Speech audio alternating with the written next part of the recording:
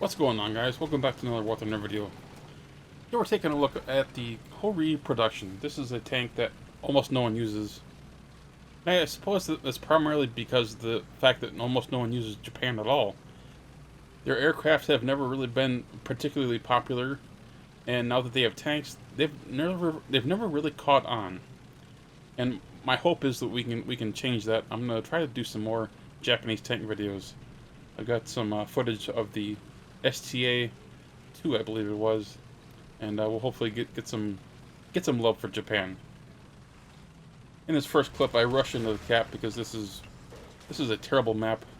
Got a T-54, 1949, I think. I thought I might squeeze that shot in there. I can't quite pen that. Got a great pen, great round. He takes out my lower plate. That's fine. I can just take out his cupola. One shot kill. All of the T-54s can be taken out with a shot to the cupola. If it had been a 1947 version of the T-54, I would have just tried the trap shot in. But the 49 and 1951 versions, they have different designs for their turrets. In particular, it's the gun mantlet itself. It's completely different looking. And so that rounded outside mantlet on the 1947 version, it's a huge weakness for that particular vehicle. Not so much on the 49 and 51. So frontally, you're gonna have to go for the cupola. There is a chance that you can pen right next to the gun. It's a bit tricky, but it's definitely doable with the whole reproduction. Now, this map is designed in a way that's less than desirable. People can come at you from any angle, but they absolutely have to come at you because there's only one capture point, and if they want to win the game, they're going to have to either kill everyone on the team, or they're going to have to go for the cap. Either way, the whole reproduction is kind of a mixed bag on this kind of a map, because it's got excellent frontal armor, but the lack of a rotatable turret puts it at somewhat of a disadvantage. If someone comes at you from your far left or far right, you're in a lot of trouble, because the long wheelbase on this vehicle makes the whole reproduction somewhat difficult to traverse the hull. So if someone comes at you from an angle, you have to react really quickly. You won't have very much time to maneuver yourself. And it does have very good reverse speed, so if someone does come at you, you can reverse and traverse yourself just a little bit and bounce a shot or take a shot at the enemy. Whatever the situation needs. In this case, I managed to push forward out of the cap and trying to help my ally here. He's in the Leopard. He's on fire. He's machine gunning whatever is here. Problem is, his machine gun is picking up so much dust, I can't actually see what the heck is over here. You're not helping anything, my friend. Oh, he's to my right. Rotate. No. Bounced it. Nice. The CORSAIR base is an excellent tank. It's got one heck of a gun, though. But because I was angled at that particular moment, he bounced, and now I'm ready for him. I know where he is. Question is, which side is he going to pop out of? The answer is neither, believe it or not. I would wait there for almost a minute, and he would never pop out, so I had to go after him. He fires, takes out one of my teammates, and I take him out. That's a pretty good trade, though. A King Tiger for an AMX-50 CORSAIR base. I don't mind that trade at all. Granted, I wish I would have been a little bit quicker on the trigger. Of course, it would have been nice to know where he was looking, and I would have pushed him a little bit earlier.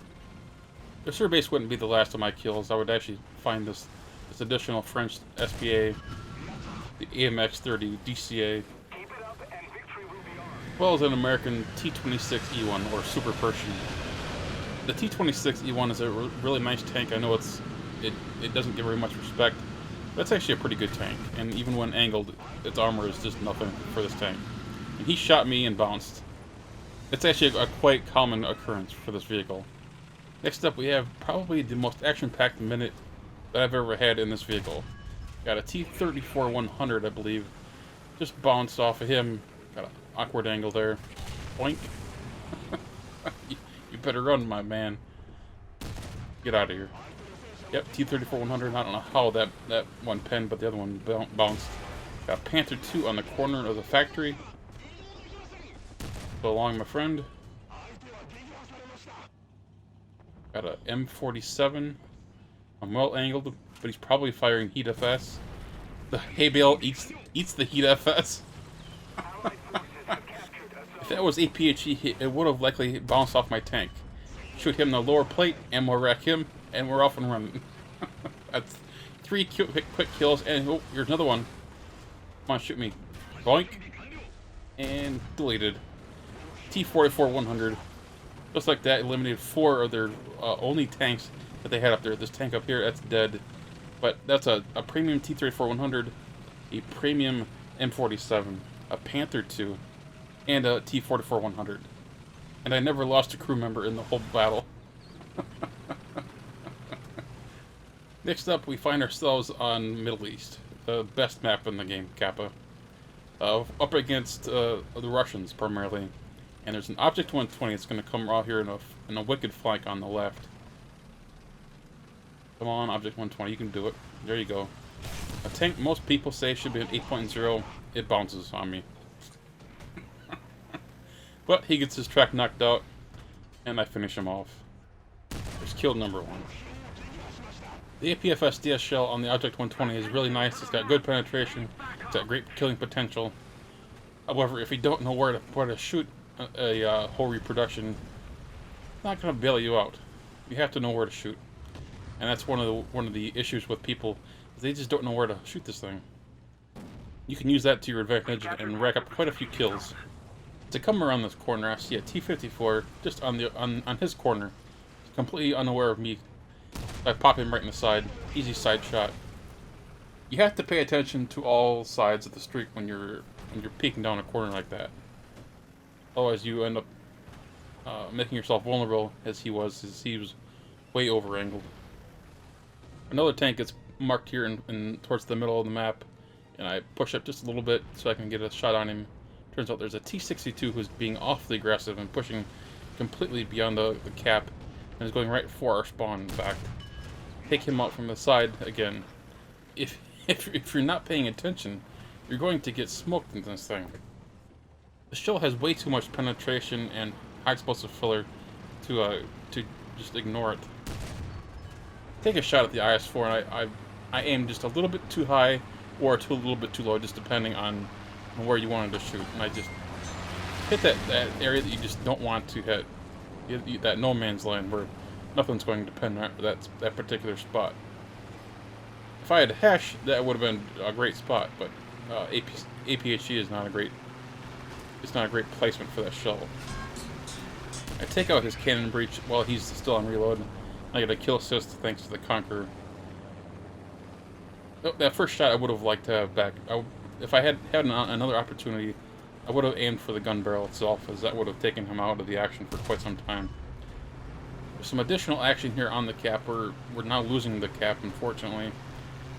I try to take him out, but can't quite line up the shot. He gets away for just a couple more seconds, and finally, Object 906, great little tank. I did a review on it just a couple of days ago. I'll be sure to put a link to that video at the end of this video. If you're not familiar with the Object 906, I highly recommend taking a look at that video and learning about the tank, because it's an excellent little vehicle. Now, I know that the whole reproduction is not one of those iconic tanks that you think of when you think of armored vehicles, like the Tiger, or the Sherman, the Panther, the T-34, and so on and so forth. But if there's a tank in Japan worth grinding for, this is quite possibly the tank to go for, outside of the Type 74 at 8.7.